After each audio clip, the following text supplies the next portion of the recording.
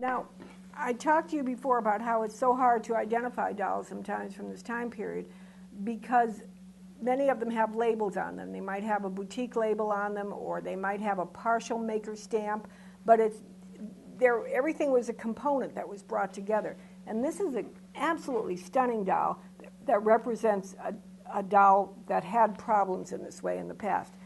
The doll has the body that was known, everyone called this the Theriault doll, because it's a very distinctive kid stretched over wood body, and then at the knees, the upper legs at the knees were like a baggy leg, almost like a culotte, and very distinctive. And some of the early examples of this that were found had the stamp Theriault on them, which was actually a doll shop in Paris. But people said this was the Theriault fashion. Well, it wasn't. It was a Theriault shop, just happened to be selling that doll with that body. We don't know who actually made this body. Very, very wonderful. Might be based on the design of Marie Crochet from a bit earlier time, but again, that's research still in the works. Nevertheless, an extraordinary doll, and what a great design. So the idea was, when the doll sat down, where there would be wear would be at the knees. So if you put a kid over wood body, which was a luxurious extra step to do, to put that really fine, soft kid on top of the wood, and if you had it at the knee, that's where you were going to get the wear, and it would wear out. So they made it with the baggy jointing at the knee, so when you sat down, then the leg was free and it didn't stretch and the kid didn't wear out. And so these bodies are very often, like this one, found in this wonderful, wonderful condition. This doll has an extraordinary face, and I know I wasn't going to show you costumes now, but you've got to see this one while you can, because it's just amazing with her long train. I wish every one of you could have had the opportunity, as I did, to work with these dolls and see them from body up as they got redressed with all of their wonderful layered undergarments, all of their accessories. She has a parasol, she has a fan, she has a handbag over here, and look at her bonnet. Everything about her is extraordinary. If you look at this video along with reading the catalog, as you do them in tandem, you can actually look at the description in the catalog and you'll see all of the things that I don't have time to point out to you in this video, like if the shoes are signed or things like that, which are very fine. Now, another great body invention was made. Again, everything, all of the body techniques were designed, make it durable, make it realistic, make it easy to dress and undress by the child, and then fourth, make it beautiful. And this was a design that was deposed by Panier in 1867, and we refer to it as the Geslin body because Geslin actually then took over the patent and made this body. It's a heavy metal armature frame that you really could only see if you saw an x-ray, and then it's padded cotton, and then it's a stockinette cover on that, and then very often the bisque hands and the bisque lower legs and feet, which make it beautiful for posing like taking a foot bath, that type of thing. And this is one of the rarest sizes made. It was made in smaller sizes that you can see are in this collection as well, and then this grand, large size, and this stunning, stunning costume.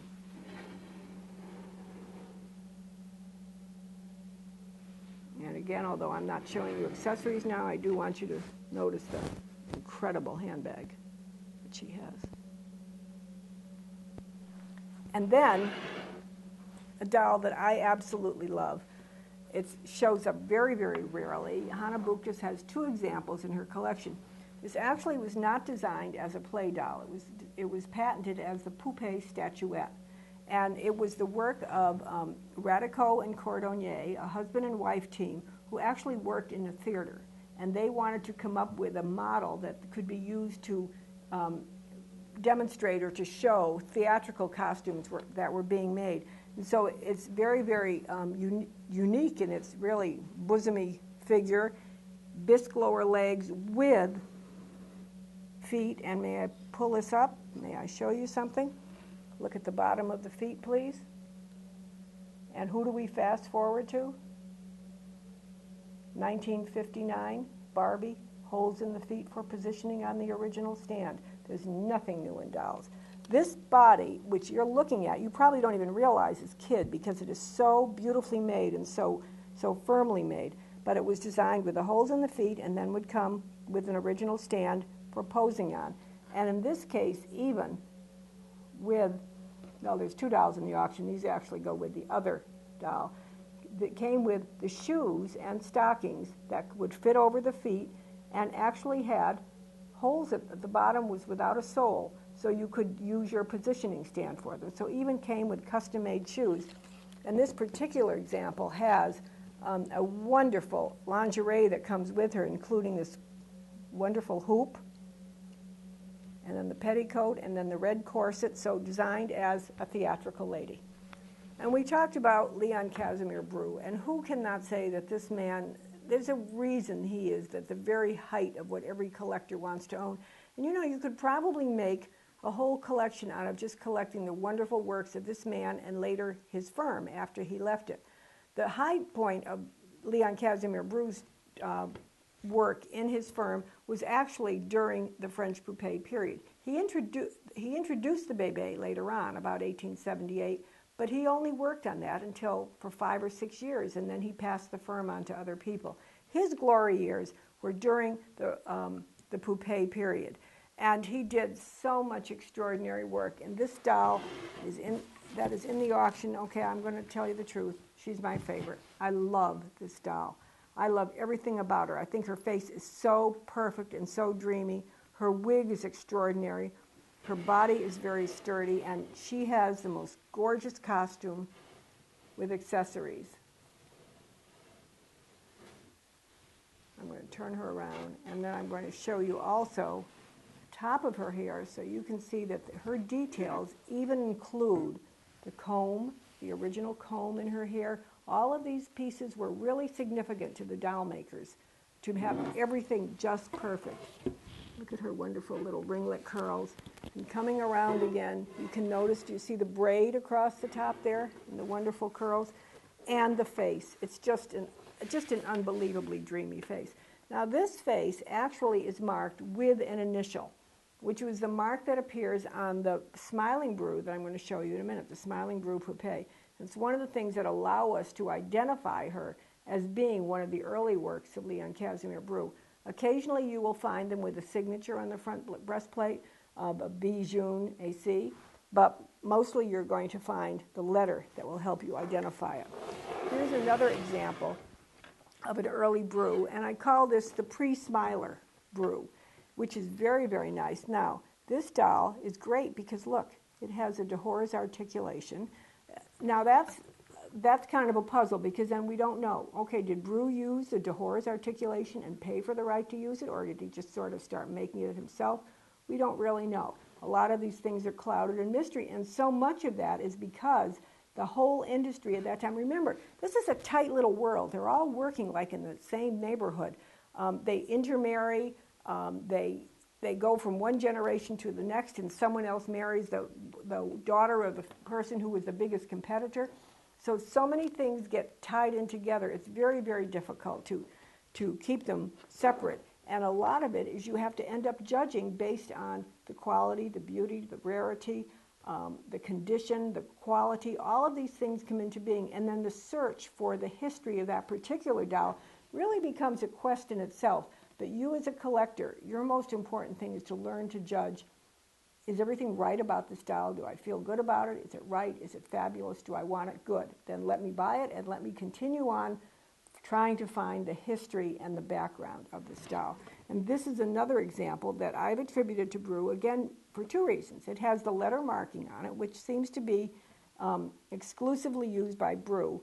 Beautiful. Again, look at the beautiful eyes. They're starting to turn away from being the cobalt, though. There's a little more gray in them. And then look at the kid body, but look at the wooden arms. And very distinctive wooden arms done by Bru. The hands with the little curved hand coming in like that is very, very distinctive with the dowel jointing. And that will bring me then to the full wooden body Bru. Now, I've been talking for some time and pointing out that the body that Bru put on his wooden-bodied poupée is a near exact copy of the mannequin body that was being made in Germany and France for 100, 150 years, the artist mannequin doll. It's almost styled exactly the same, the technique, the way the dowel jointing works, the ball joint in the waist. This was the mannequin body. What Brew did was take it, refine it, give it a little more curves and a little finer finish, because the mannequin bodies tend to be like rubbed natural wood. And he patented and deposed this body in 1867. And again, right at the time of the Paris International Exposition, really, really important. So, but the doll had a history behind it. So I was cataloging last week another auction for and it had some American Schoenhof dolls from the 1910, 1915 period in it. And I came across doing a famous mannequin doll of Schoenhof. Now this is made some, 50 years later? And look at the mannequin doll of Schoenhof. It's the same body. So that's just me.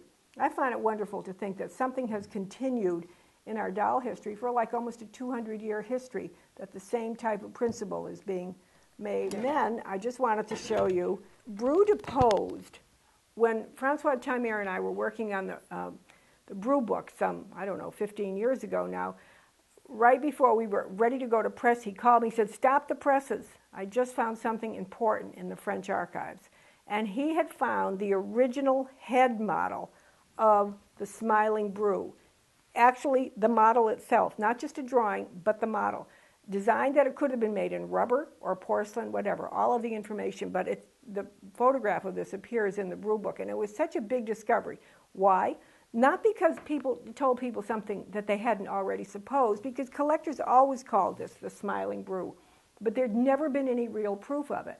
And this is what I mean, that all of doll history, all of doll knowledge, it's a work in progress. It's at any given day, it's state of the art of knowledge we have at that time. And what we want to do is not make leaps that don't have any logical sense to them, but to be able to substantiate that this very distinctive face, and please look at this face now and let me show you. Do you see the round face? This is also the Brew, but it would be some 5 or 6 years earlier, and it's getting a little more slender now. It's not the totally round face of that early Hooray that's really chubby and plump, but these are women. These are no longer the children fashions. These are slender-faced, elegant ladies, and with their eyes are smaller eye cuts, and they have that wonderful smiling expression. A lot of research onto who that doll represented. For many years, it was thought that she represented the Empress Eugenie because she had been such an inspiration in the doll world. And certainly you can argue that she looks very much like early paintings of the Empress Eugenie. However, this face was deposed in 1872, and that was the same year that the Empress was off the throne, out of France, done. She and the Emperor were done in 1872. So, your mind goes in different ways. You think, okay, well, maybe they deposed this portrait of her because they really loved her and it was a secret kind of little message that they were honoring her. Or maybe not. Maybe it was just too late, and that's not the case. And then another theory has been that she has the face, a very classic face of a classic angel sculpture that was done in Europe throughout that time. And I've seen those angel sculptures, and it is truly exactly like this face. So, again, the study of this is a work in progress, and in the meantime, as collectors, what you have is the opportunity to look at and enjoy all of these dolls. And I wanted to show you this group of the 5 of them, because you can see of the different sizes that same model was made in. And I want to point out, wooden body, the same as the other one I'm showing you. So it was made with his wooden body. It was made with his all-kid body, and it was made with his kid body with gorgeous bisque hands, as these 2 examples. So there are the Brews.